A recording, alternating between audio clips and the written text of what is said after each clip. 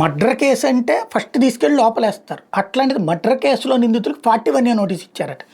అదే social media కేసుల్లోనే arrest చేసి జైళ్ళలో పెడతారట. విచిత్రమైనటువంటి అంశం ఇది. సాక్షి హైలైట్ చేసింది.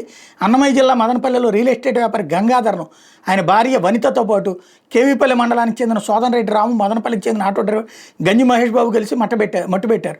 కుప్పం డిప్యూటీ డిఎంహెచ్ఓ గంగాదేవి వీళ్ళకి సహకరించారు. ఆమె ఇచ్చిన మత్తు మాత్రలు నీటిలో కలిపి తాగించడంతో మత్తులోకి జారుకున్న గంగాధర్ నిందితులు బండరాలతో మోడి అంతమొందించారు. గంగాదేవి పరీక్షించి మరీ ఆయన చనిపోయినట్టు నిర్ధారించారు. వ్యక్తిగత కారణాలతో హత్యకు పాల్పడినట్టు అన్నమయ్య జిల్లా పోలీసులు దర్యాప్తులో తేలడంతో మొత్తం 4గురిని పోలీసులు అదుపులో తీసుకుని ఆసుపత్రిలో వైద్య పరీక్షలు నిర్వహించారు. అనంతరం ఈ కేసులో వనిత, రెడ్డి రాము, గంజి మహేష్ బాబులను అరెస్ట్ చేసినట్టు జిల్లా ఎస్పీ విద్యాసాగర్ నాయుడు ప్రకటించారు.